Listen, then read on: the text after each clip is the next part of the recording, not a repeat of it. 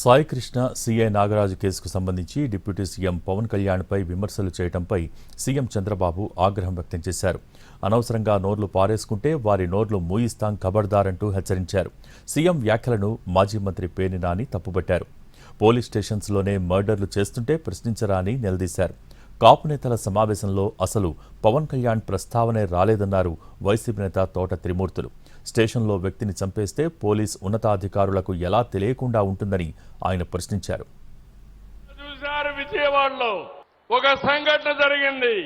అక్కడ ఉండే సిఐ కాపుని, బాధితుడు కాపుని, దానికి కూడా రాజకీయ రంగు బులిమి కులాన్ని అంటగట్టి పవన్ కళ్యాణ్ పైన ఇష్టానుసారంగా నోరు బారేసుకునే పరిస్థితికి వచ్చారు. అదే నేను చెప్పాను, ఖబర్దార్ జాగ్రత్తగా ఉండండి.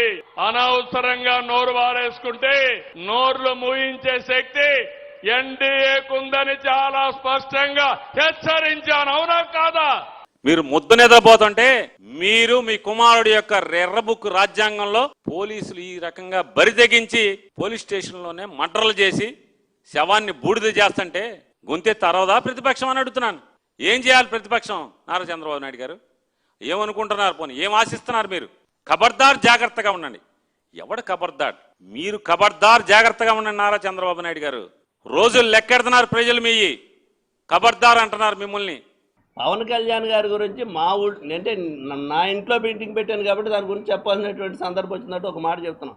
ఎవరో కూడా ఆయన గురించి ఒక మాట కూడా మాట్లాడలేదు. మీరే మాట్లాడుకుని మీరే తీసుకొచ్చి ఈ కులాన్ని చుట్టూ తిప్పుతున్నటువంటి పరిస్థితి. మీరు ఇచ్చినటువంటి రిమైండ్ రిపోర్ట్లో అతను ఒక్కనే ముద్దాయిగా చూపించారు. సిపిని దీంట్లో ఇన్వాల్వ్మెంట్ లేకుండా చేయడం కోసం అలా జరుగుతుంది. అలానే 15 రోజులు 10 రోజులు స్టేషన్లో ఉంచి చంపేస్తే ఉన్నతాధికారులకు తెలియకుండా ఉంటుందా? తెలియకుండా ఉంటే ఇంక అసలు వ్యవస్థ ఏమైనా